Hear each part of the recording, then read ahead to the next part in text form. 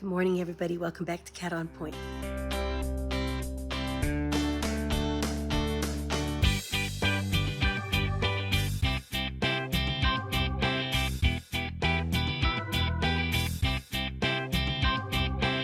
Good morning. It is Monday morning. I'm down in the rumpus room. I'm not in my office upstairs today.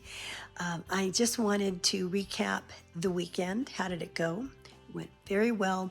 Now, Saturday, which you will not see at the end of this video, I did not film anything that day. I thought I would just take a break from video, putting my food on camera that day, but I did keep very religiously all of my calories and my points. And so I do have those. So the points on Saturday, it was a cut 500 calorie day. And I had more than enough food. I had met all my fiber and my protein. I've been doing good. But because of cutting 500 calories and the choices that I had, it looks like I only had 10 points that day, and so I did not get a blue dot on that day. But I tell you, I was not hungry. I had more than enough food. Now I wish I would have shot it just so that you could see. But then on Sunday, I ended up getting 28 points, and that was a cut 250 day, so I had 1,600 calories to consume that day. Yesterday, today is a cut 500 day again, and I will get everything on camera. So I've got my breakfast for today already at the end of this video.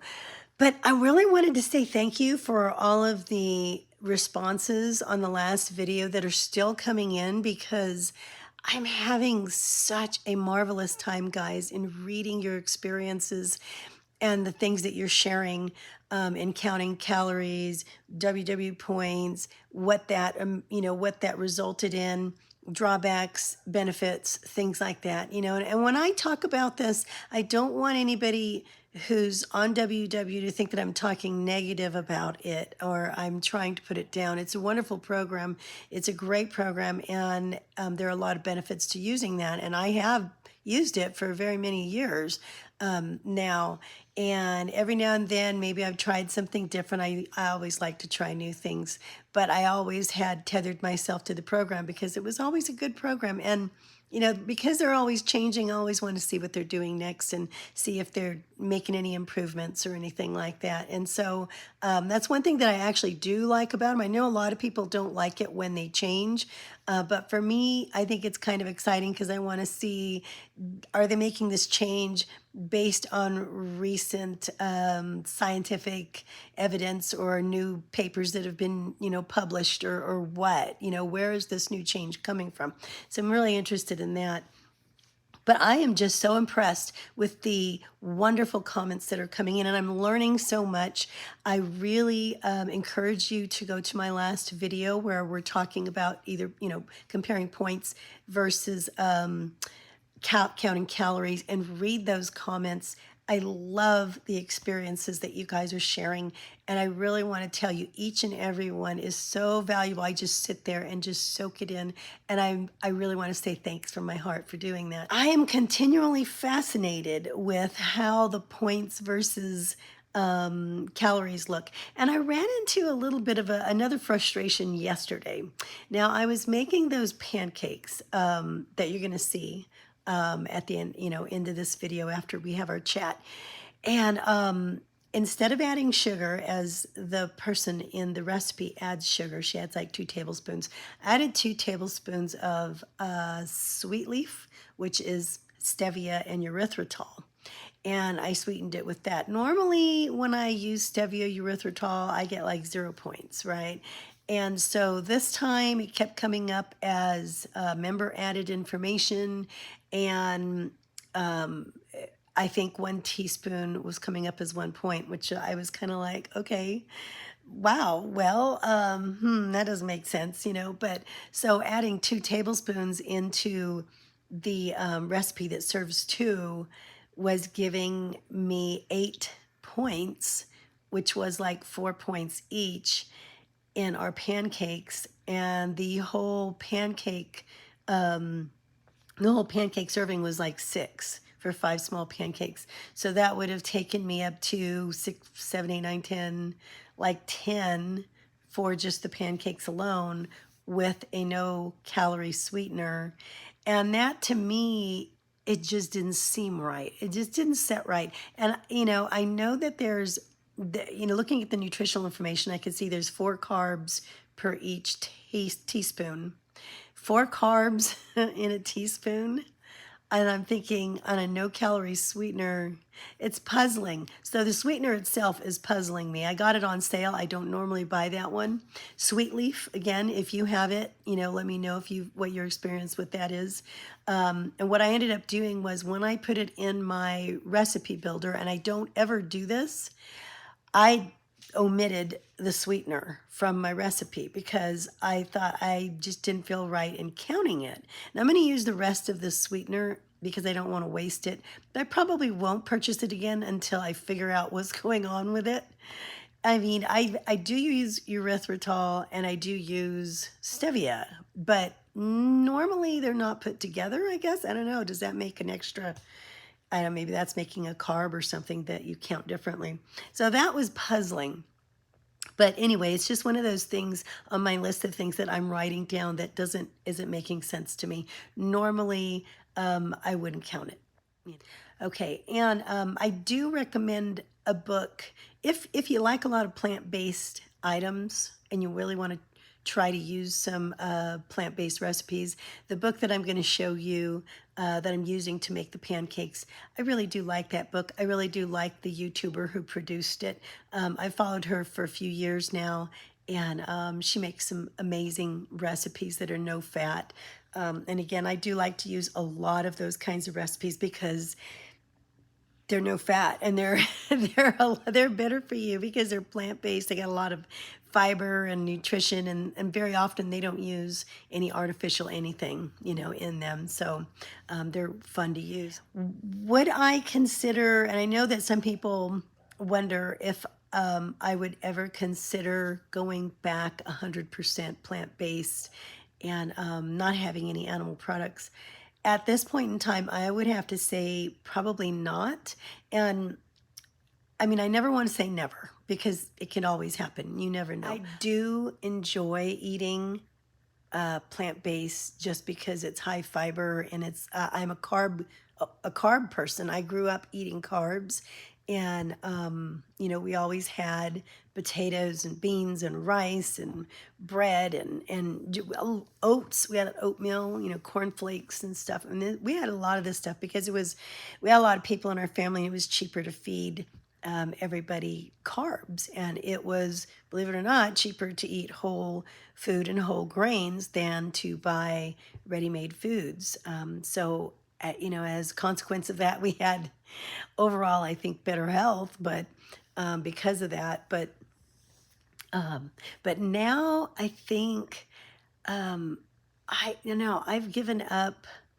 I've given up animal products before, and I would have to say and I've tried in the last few months. I actually tried it again, and before I started making videos, and it is, yes, it's very hard socially, but it's hard within my own family even because my family's not on board with that. They're not there, and I'm not going to force somebody else to do something just because I'm doing it.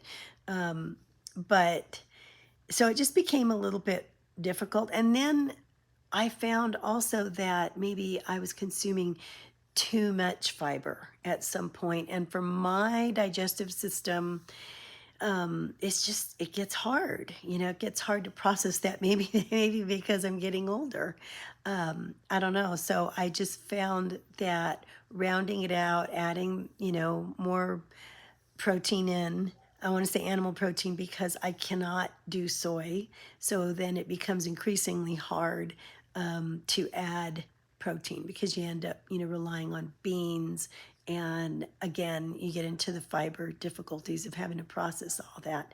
So it's just easier for me. Honestly, if you just lived on like chicken and rice, you'd really have like no digestive trouble whatsoever. So chicken's easy for me. Fish, I do have shrimp once in a while, stuff like that, but and red meat once in a while. I just feel that I can incorporate that in a lot lower levels and be moderate. It's easier to be moderate across the board if I'm just more inclusive with my meals. So, but anyway, so there we go. I'm gonna let you go for now and show you what I've been eating over this weekend.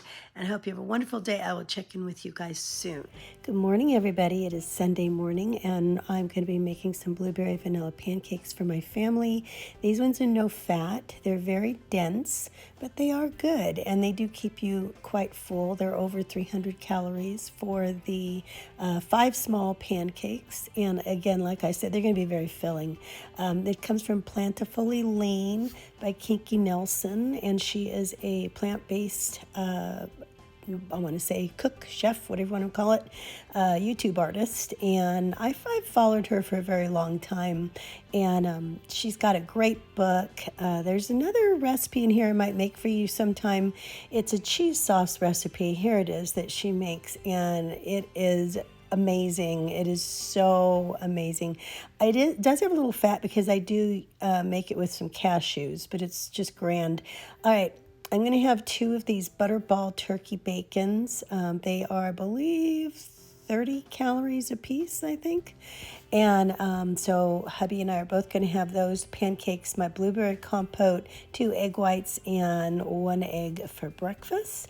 And this was extremely filling this morning. For lunchtime, I am having, what am I having here? Oh, I'm making a chicken salad, and I've got some grapes, apples, non-fat yogurt, a tablespoon for each of us, my hubby and I, of mayonnaise, regular mayonnaise, some celery in here, and I was going to put walnuts in here, but too many calories. I'm going to add in 3 ounces of chopped chicken for both of us. And this is it. This was really wonderful. My husband really liked it. I added some salt and pepper, lemon juice to keep the fruit looking good. And we are having this black bean soup. Now, I put mine in an Olay wrap, and hubby got his in a ciabatta bread. But this black bean soup here with the reduced fat cheese on top, I wanted to see if it was going to come out before I show it to you, so it's nice. I'm going to show it to you sometime. All right, I had a cup of this nearly naked cheddar popcorn for a snack later on. I'm going to have this A&W root beer with it, and come to think of it, I'm going to also add 10 of these Snyder pretzels here to my mix, and that is going to be another point, I believe. Okay, for dinner, I'm going to be making some baked chicken. So I have a ton of these drumsticks. I've got some eggs in here, whipped with a little bit of milk for the breading. And then over here, I have some regular flour, some breadcrumbs, and then I'm going to add this flavor, Kinder's Bourbon Peach seasoning. Kinder's makes some really good seasoning. This is a really good one. So I'm just going to mix all that up, and then I'm going to take the chicken, put it in here after I dust it all off, and then I usually spray it with coconut oil spray, and it gives it a kind of it looks like it's fried, but it's baked with a real light coating on it, and it's just a lot better than having the chicken sit in oil. Okay, so I also made some potatoes here. I just lightly saute them in a teaspoon of oil, and then I cook them with water, and I've got paprika in here. So I basically steam them. I cover them and steam them. That way I'm not frying them as well. Here's the chicken when it's done. I'm just checking the temperature to make sure we are safe, and it is cooked all the way through, and it is. And so here is my dinner. I've got 1 chicken, I've got some of the potatoes, a Sara Lee bread, and a Trader Joe's peanut crunch salad, 1 cup of it.